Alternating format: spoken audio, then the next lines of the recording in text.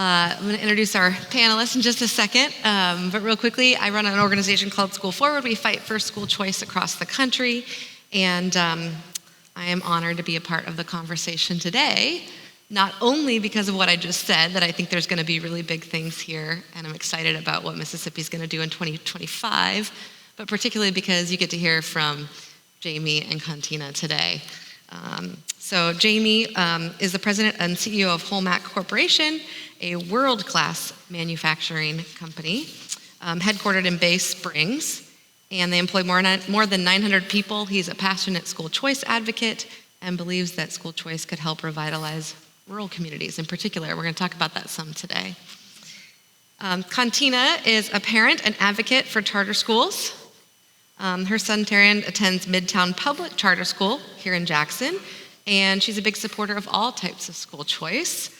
Professionally, she serves as the executive assistant for the Mississippi Department of Wildlife, Fisheries, and Parks, and has a passion for education and community development. She serves as the president of the Parental Involvement Committee for the last few years, and the Band Booster Club president at Midtown Public Charter Schools.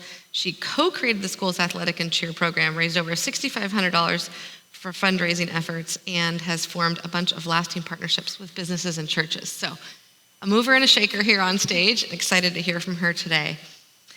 Before we get into some conversation and dialogue about why these two are passionate advocates for choice and why they want to see more choice in Mississippi, I want to start with just making sure we're clear on the definition of school choice, and that might sound basic, but I think it's an important starting place, and then talk a little bit about what we currently have in Mississippi in terms of choice programs and initiatives.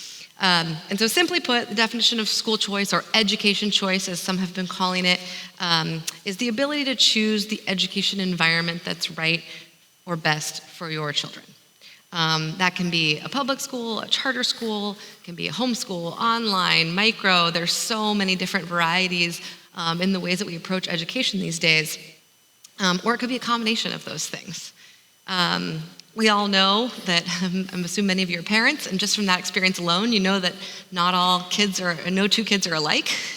And so it's important to have school choice because it allows families to select the thing that is right for each and every kid in their family, and for communities to be able to do that as well. So a few facts about education choice in Mississippi. There are currently 3 forms of choice available. But before you start thinking, hey, we've got it made, let me tell you a little bit about what they are, and then specifically I'm going to highlight a couple of the challenges. So there's public school choice, right, where students can enroll in a school different from the one they are zoned to attend. That's often called open enrollment or interdistrict transfer. Here in Mississippi, that exists, but both the sending and receiving district have to approve the transfer, and the receiving district is allowed to charge tuition if they choose. So there's some challenges and limitations in terms of families being able to actually use and access that in a sustainable way. Another form of public school choice, everyone knows, is charter schools, which is great because charters are free, open to anyone, they cannot discriminate. So wonderful thing to have. The charter school movement has made a lot of progress for millions of children across the country, and we're going to talk about that a little bit on a personal level today. But also, there's some challenges here as well, right? And right now, you can only open a charter school without, getting local district approval, which is very challenging. You can only open it in a D or F rated district. And it's nearly impossible to get approvals in kind of an A, B, or C rated districts. That's one of the primary reasons that there's only 10 charters in the state currently. And then lastly, there's private school choice. And there's 3 different programs here. Education scholarship accounts, which have about 347 kids. The Nate Rogers Scholarship, about 10 students. And then the Dyslexia Therapy Scholarship, about 237. So all told, that's about 594 kids, or it is 594 kids. And then in the charter schools, you've got about 3,500. So I ran some numbers for you. Total, out of all students in K through 12 in Mississippi, that's about 0.8% of Mississippi kids that are in some sort of charter or choice program. Nationwide, just for some context, that number is 9%. So Pretty big difference in terms of where other states are currently. But like I said in my opening, I think that could change. I think it could very easily change. So that's a little bit about what we've had here in Mississippi, but why should you care? Why should we want to expand choice programs? I think our panelists are going to help make the case for exactly why we should try and change those numbers, change the outcomes, change the future of this state through our kids. So let's start with you, Contina. Your son attends a charter school, but he didn't always attend a charter school. And so you went down this journey that many parents do of trying to figure out something that would be the right fit for him. Tell us a little bit about his story. Well, it's a story I love to tell. I've always tried to be an advocate for my son. And he attended public schools in Jackson, of course, because of where we lived, but it did not serve him. So my son had crippling anxiety, separation anxiety, did not like to go to school. I did not feel that the staff was supportive of my son either. So we had this conversation with my son and my husband to try to figure out what was best for him. We even included the grandparents, just trying to figure out what can we do to assist, because education is paramount, not just for my son, but for parents everywhere, of course. And so what we decided to do was to just kind of search around. And at the time, charter schools was this new thing. We really didn't know much about charter schools at all, so I did a little bit of research for it. I called around, I narrowed it down to about 2, and then we chose one because I wanted the school, like I told you before, I wanted the school to feel like a hug. I wanted my son to be supported emotionally, mentally, with any kind of environment, and I wanted the curriculum to suit what I felt he needed as a student as well. And so we settled on Midtown. We took a tour. We met with the principal. It was just an amazing school that was so innovative and new and fresh and kind of had an old school feel as well that allowed us to actually be supportive and just come to the school. They encourage, if you want to sit in a class, yes, of course. If you want to volunteer, yes, of course. And so it literally felt like the best fit, not only for him, but it also included us as well. That's awesome. And that's one of the things that we talk about a lot in the charter movement is really seeing parents as partners is a big part of kind of the charter promise, and one of the things that they generally do particularly well. So that's wonderful to hear. Where do you think your son would be today if it weren't for his experience at Midtown and that opportunity? I really don't know. My son, like I said before in Midtown, he was so stricken with anxiety. He was not who I envisioned him to be. And so I really feel like if he did not have that experience with Midtown and with the staff and being able to develop and bloom, I really feel like he would not be as amazing. And I know this, every parent thinks their child is amazing, right? But my son has gone from just a very reclusive child to, he made the track team. He ran for Mr. Midtown. He's in the band. He's, doing all of these things, school speeches and things like that, to where he's developed into this amazing child that is willing to try anything compared to the experiences that he had with the public schools through Jackson, where I feel like it was kind of a number on a child, like they stamp a number on a child. Oh, number 2, go ahead, number 2, number 3, So I feel like if he didn't have that personal experience and have teachers and staff and have us as a community around him, I don't feel like he would have felt as supported as he does now. And I don't feel like he would be just so open and willing to just explore everything life has. When it fits, right? Yes. And you found the right fit for your son, which is amazing, and something that I know as parents we want for our kids, but also we want for everyone's kids, right? To find that. So, Jamie, you're based in Jasper County, and moving kind of from the individual experience to like maybe a community-wide perspective, right? As a business owner and someone very engaged and civically minded, you see some of the challenges that rural communities are facing.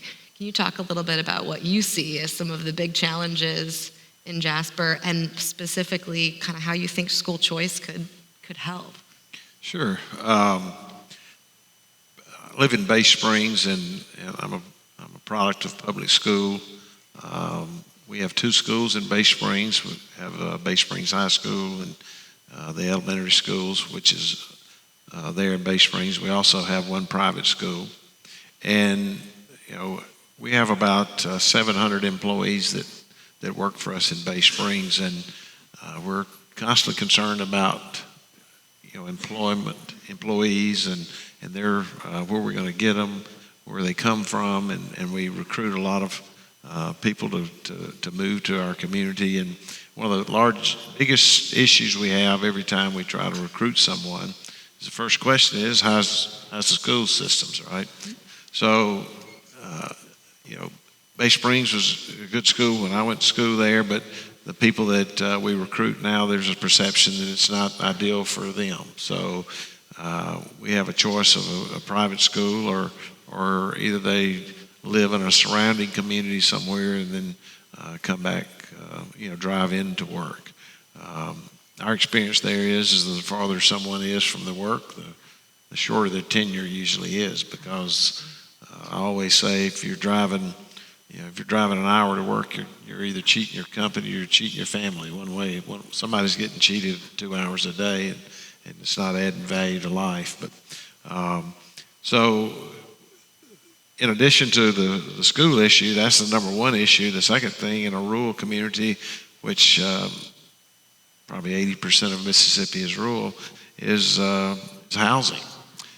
So we, as a company, we own 7 or 8 houses or whatever. We use those as a tool to transition. When we bring someone in, they can stay there until they decide exactly what they want to do, either find a house, because there's not a lot of houses available in rural areas. One other thing is when you're in an area like we are, there's not investors or developers that's going to build a new house, because it's considered to be in a poor public school district, so they're not going to invest in that area. What school choice would do for Bay Springs, and I think a lot of rural communities in Mississippi, is it would completely take that issue off the table when we're trying to recruit and get someone to move to our community. They could live in Bay Springs. They could attend 5 public schools or 2 private schools and not drive more than 20 miles. So it would really, I think overnight, it would change property values. I think it would change the housing market. It would make it easier for us to hire and move people in. There's just a tremendous amount of opportunities I think it would give our community that otherwise I don't know what that future looks like. Mm-hmm. Thinking about, we've got legislators and people who are really thinking about policy solutions, right? It's the purpose of today's conversations, right? Is there a particular type of school choice that you think is most promising, or that should be really the focus? Is it an all of the above? I listed off, there's a myriad of options even in the school choice movement for just various different types of choice you can pursue. Is there one that rises to the top that you think would help your community the most, or do you think it's a combination of things? Well, I think it's definitely a combination. I'm not pro private school. I'm not pro private. I'm pro education. Right? I don't care where it comes from. I would just like to have the ability for people to live where they live and go to school where they want to go to school. And but I do think that the public for public would be beneficial. But I think at the same time, in our community and probably many other rural areas, it could be very detrimental to the private schools. In rural areas are different probably than some of the urban, larger city areas where they have much larger private schools. Many situations like in our community, people feel they have a choice to go to public school, that they don't have the perception of it being good. And sometimes schools are better than perception. I'm not saying they're bad schools, but when they get a perception of being not a good school, then you can't change that easily. So I think that when that happens, and if there's just a public choice without anything for a public to private component in the law, it's going to be very detrimental, because I would say probably 25 to 30% of the families that are sending kids to our private school really are under financial burden in doing so. And if you removed that financial burden, allowing them to go to a public school outside of district, you're going to possibly take 20 to 25% of that student population to that private school. Well, it's going to do two things. Number one, you might as well offer some type of help for lower income type people to go from public to private, because you're going to pay for them to go to a public school if they leave the private school at $6,800 a piece. In that local private school, tuition may be less than $5,000 a piece. So it actually saved money if you had a public to private for lower income families, which are really in a struggle. Second thing that's going to happen is if you do public to public without anything for private, and you lose 25 or 30% of those families from those rural private schools, the only way that private school is going to be able to make up the difference is to increase the tuition. Now you're creating another group of people that's going to be in a financial burden, because some people were just over the edge of being able to afford it. Now it's going to be more difficult. And eventually what you could do is you could end up losing your private school. Right. And the state would be paying for all that anyway. So me, it really doesn't make a whole lot of sense in doing just public to public without having something at least for the lower income. Those are the people that need the help. Those are the people that really need the options, the people that really struggle every day to pay private school tuition.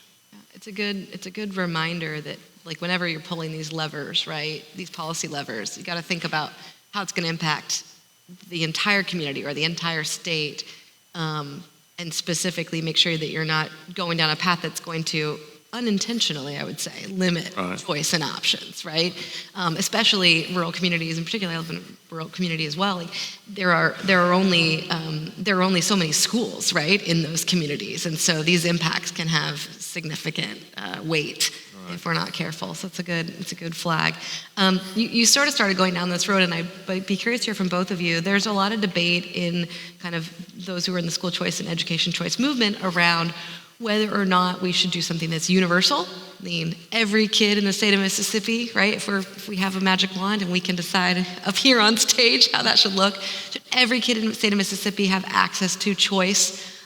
Or should it be reserved for those who are low income? You were just talking about kind of having some of the greatest needs. Contina, I'll start with you. We're going to live Virginia. What do you think?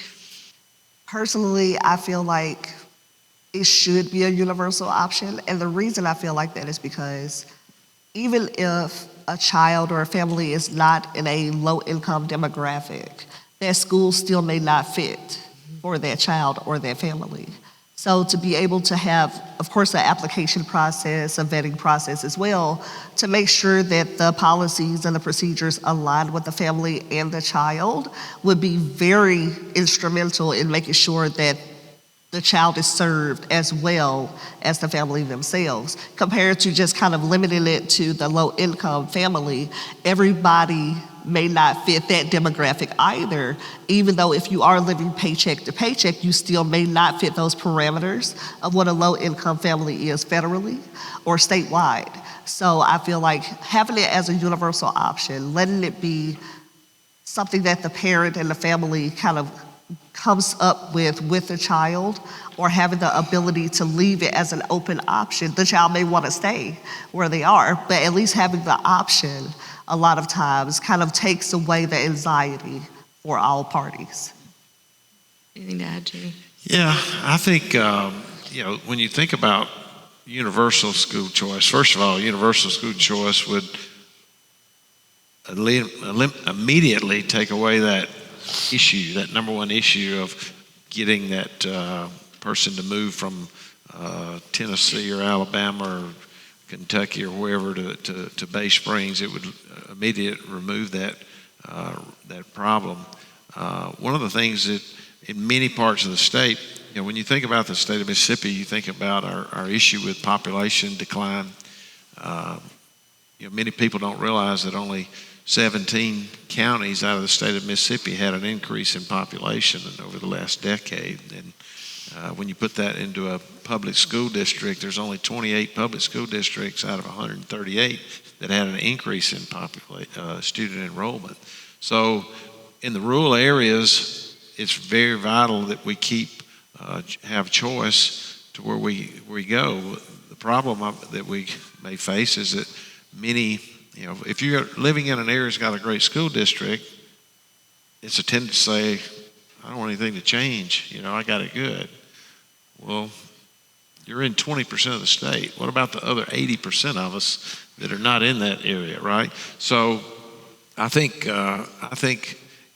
you have to do something. I think it's a huge financial decision. I understand finances. I know the state has, but if you did, you have to do something, I think, and then I think over time, maybe it could change that. I think it'd be very difficult to get universal the first time. It just depends on how the legislature wants to attack it, if they want to deal with it every year for 3 or 4 years, or they want to get it over with, right? So, I think there's options there, but I really think that if they're looking at it from a financial standpoint, if they could do something as a first step for the public to private with the lower income people, I don't think it'll cost them any more money than going public to public, because I think you're going to pick those students that can't afford the private schools. Then if they have a good choice for a public, they're going to go there. So you're going to really actually pay more to go to the public school than the private. Yeah. So. That's helpful. So individually, yes, we should go universal, right? Because that's what we should open it to all parents, all families. Right. And sort of hearing the same thing from you, Jamie, but also temper with a little bit of realism, maybe around budget, things like that. Yeah, it's real. Yeah. I want to speak really quickly to some of the neighboring states around Mississippi have gone universal in the last couple of years, and some of them have done that with a phased-in approach, which allows the state sort of to absorb some of that transition from year over year. That's been one way to get at it, but I really appreciate your point too, as someone who talks with a lot of folks across the country about this, of how many times you want to take that vote. Just being realistic, right? It takes a lot of political capital, a lot of will, a lot of work to get a school choice bill, especially a big one, or even one that's got multiple components in it across the finish line. And so there is kind of a strategic question of doing that all in one big fell swoop versus kind of taking it piecemeal. My home state decided to take it piecemeal, and they're going to have to vote every year on another appropriation, right, to keep it going. And there's 17,000 kids sitting on a wait list right now. So there's pros and cons to how you do it, of course, but something to think about. Contina, they're getting. I want to get into like two kind of misconceptions that I've heard. First one for you, there's a misconception in the school choice movement that not all families can navigate this, and it'll be complicated, and they'll have to go out and map out where they want to go, and can we really expect parents to take on that burden, right, of figuring that out? You can probably already tell from the way I'm asking the question how I feel about this one, but as a mom who's gone through this, who's had to navigate figuring out what's right for your son, what do you say to that? Do you think that's a legitimate criticism of school choice, or do you think it's not? For me, I am a researcher by heart. My mom, who's out here somewhere, my mom kind of built that into us, to always ask questions, research, look, feel, touch. right? Especially when it comes to my child. I'm going to do as much as I can to make sure he is supported. So for me, when we had the conversation with Terry Young, we were homeless, living out of a U-Haul truck. I did not have a job. My husband just got a job. So we were literally trying to navigate whatever this is, right? And so for my son to pull us to the side and just literally say, I do not want to go back to school because of X, Y, and Z. He had teachers in and out of the school. What they would do is they would graduate from college or university. They would come to this school for about 2 weeks to a month, and then they would leave.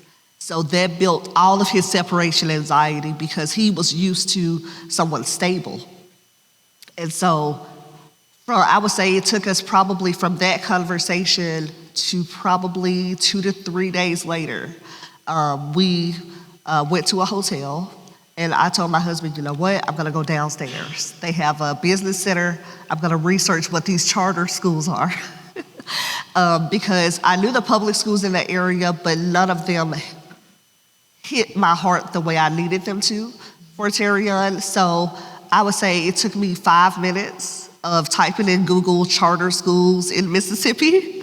And so when it pulled up, because there were not a lot of them, of course, at that time, it was a few, but not a lot of them. And so all of the statistics would pull up from the grade levels to how many children there to the curriculum and things like that. So for anyone to say that it's a bit too difficult to navigate a system or to try to figure out what charter schools are or the basis of them, I feel it's a little slighted because you scroll on your phone all day, right? You find those recipes that you want.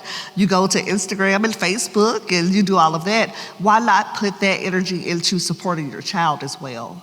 It doesn't take long to do. And I would say the entire process from having that conversation to going downstairs to going to the school was all in the same week. Wow. And the research took 5 to 10 minutes with the application. While homeless. You said what? While homeless. While homeless, absolutely. Oh, there's our answer, folks. If you can figure it out, well, I'm right. Yeah. Don't underestimate the power of a parent on fire for their kid, Absolutely. trying to find the right thing for them, right? Absolutely. Jamie, question for you, switching to another sort of criticism that was made recently, or claim that was made recently. In a recent podcast with Russell Latino, Lieutenant Governor of Mississippi said, none of the private schools want school choice in Mississippi. Is that true? Well, I'm not saying the lieutenant governor's lying. No. I'm not asking you to. From your perspective, is that true? I should ask it differently. That is an accurate statement, and it's what he received from a letter from the executive director of the Mississippi Private School Association. But the letter is not true. It is not true. And I can tell you why it's not true, because I know private schools that would love to have that opportunity. You know, a lot of that's driven by the larger private schools, I think, that probably may not need school choice. I mean, if you've got $12,000 to $20,000 a year of tuition coming in, you know, you probably don't need a lot of money from anybody else. So I just think that, and the other reason is there's about 20 schools in the Mississippi Private School Association that are located outside of the state of Mississippi, 17 in Louisiana. There's 4 or 5 up in Arkansas. I'm not 100%. I know there's one in Arkansas that is definitely on the Universal School Choice Program, accepting students in Arkansas. But 17, every school in Louisiana is on board with the Louisiana School Choice. So I know the members of the Mississippi Private School Association are not all against school choice. And the other thing I think they said they didn't want to be involved in because there were strings attached. They didn't want any strings attached. Well, from what I understand, the request that in Arkansas has for private schools that are taking students under their school choice program is two simple, very reasonable requests. It's not major issues. And the other thing is, if you're a private school, if you don't want to accept students from the state with state funding, you absolutely have the right to not do so. You don't need that, but don't try to ruin it for everybody else that may need that support and that help. Yeah, it's a good thing to think about when you're crafting policy, right? What is the impact? What are the options? I can tell you from a national perspective that there's been a lot of research done on this question, right? Of like, does school choice encroach on homeschool freedoms or private school freedoms, or start to, be this government bureaucracy seeping in and regulating education more? And it just doesn't happen. There's no documented cases. Now, we have to stay vigilant. We got to watch for it. We want to protect the freedom to educate our kids the way we see fit. But there's really no evidence. It is something to be mindful of, but it just doesn't really happen. It has not happened in any significant way. And there's always the choice to say, that's not for me. I think the same thing was thought when a lot of private schools started applying for 501c tax-exempt status, that the federal government would be involved and tell them what to do and all those things. And, everybody found out that was not the case, and it didn't happen. And I can assure you there's a lot of private schools today that wouldn't exist today if they weren't receiving. They didn't have that. Yeah, exactly. They didn't have it. Yeah.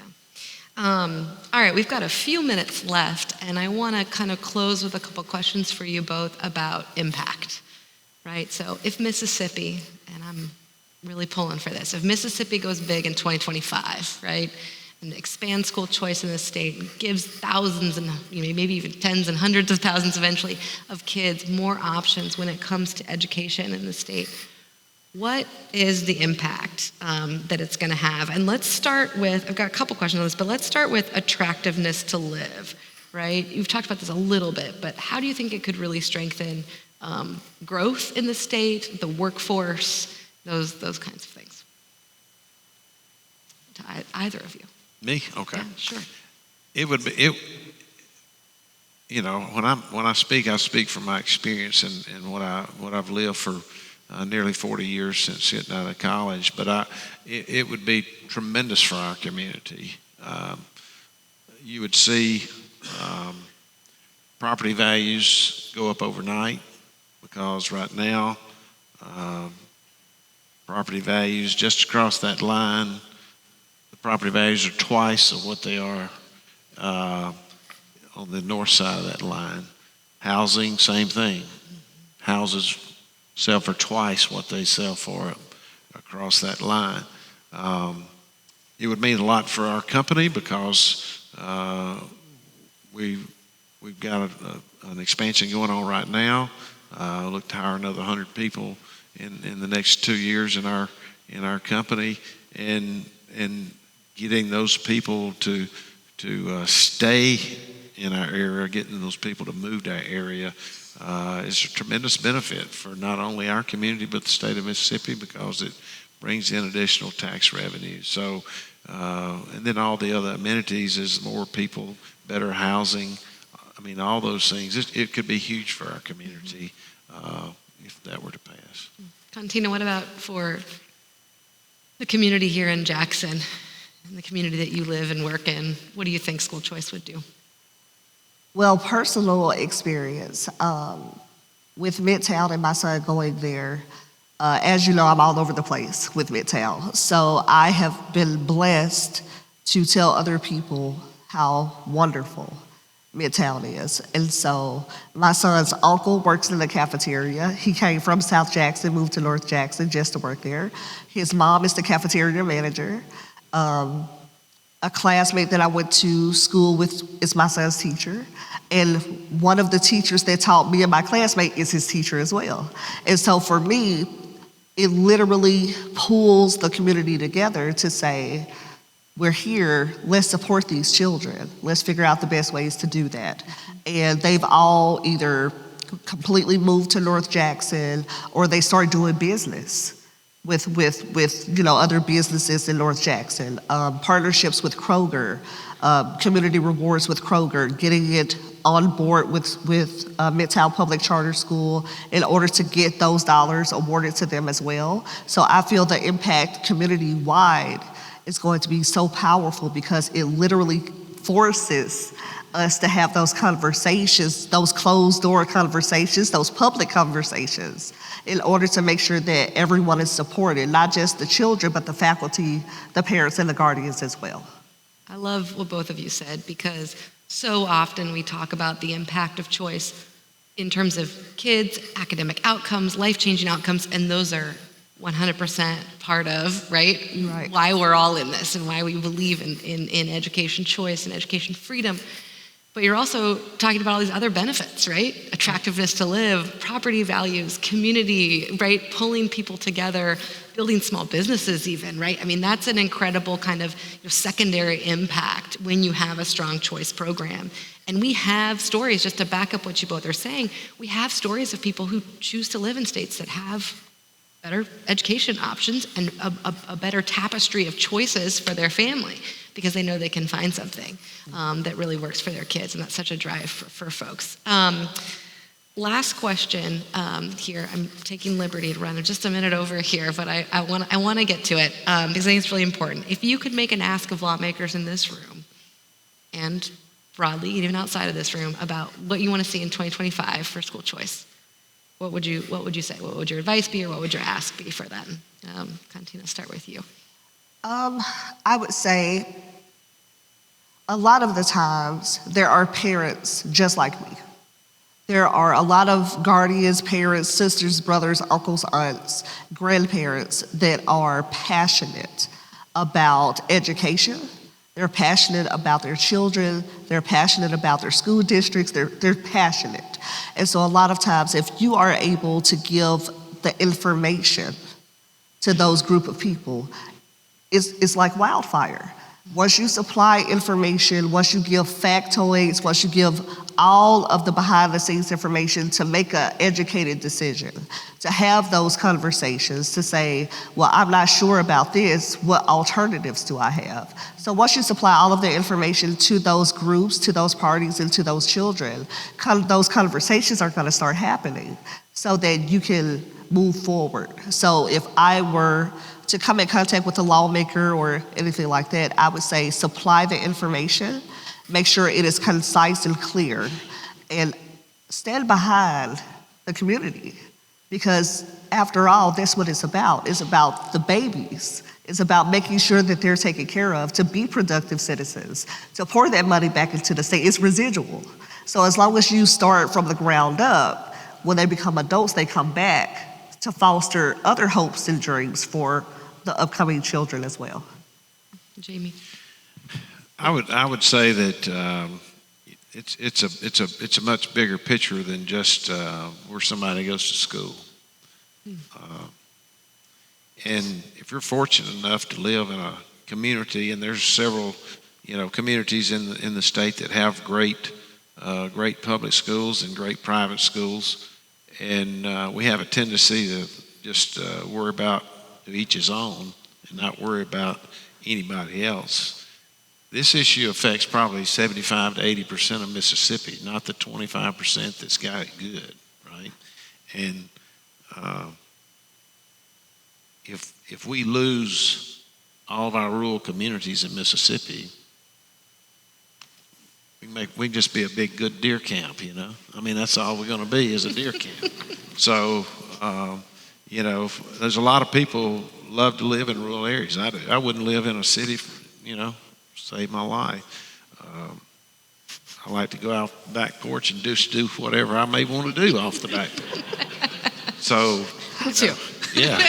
So, watch the deer and watch the dog go out and wrestle with a possum at night and those kind of things, But I can go anywhere in the world I want to be, but I can be in the middle of my 80 acres, listen to the birds and looking at the stars and not worry about somebody shoot me or anything like that. So, it's just a lot of benefit to rural America, a lot of good work ethic. People have a great work ethic in those things. A lot of them grow up on farms and know how to do stuff. And, I would just say that I think it's going to be a big, bold issue. And I think that I think a lot of the people are going to have to get past the past. They're going to have to get past, looking at it from my perspective, because, let's face it, a lot of those higher populated areas have those good schools, and they have the votes. Yeah. But the rest of the state's got to have help too. Yeah. Thank you for both of you for some really good advice. I will add quickly to it by saying that I was part of a project where we got to poll voters nationwide about what they wanted to see in K through 12 education in 2025. And everyone wants legislators, lawmakers, elected bodies to go big. They want to see bold. They want to see big change in education. They want to empower parents. That consistently ranks at the top. So not only, I would argue, is it the right thing to do, and you guys are such an eloquent job of explaining exactly what that impact could be and how it could really help people, but it's politically popular to do too. This is something that voters want to see. This is something constituents want. People want to be able to live in their 80 acres and still send their kids to a great school and educate them in a way that works for their children and gives them the best future possible. And you've got, moms like Contina all over who are looking and fighting for their kids to get them in the right thing. So that's why we're here. That's what it's for. You guys have been just wonderfully eloquent today, sharing with us your thoughts on this issue. My encouragement to everyone here who gets to work on this and advance the work in Mississippi is take their stories, remember them, and go big when it comes to education choice, because there's a lot of potential to do some really big things here. Thank you to Empower. Thank you, Contina. Thank you, Jamie, for your time. And thank you all for listening and being a great audience today.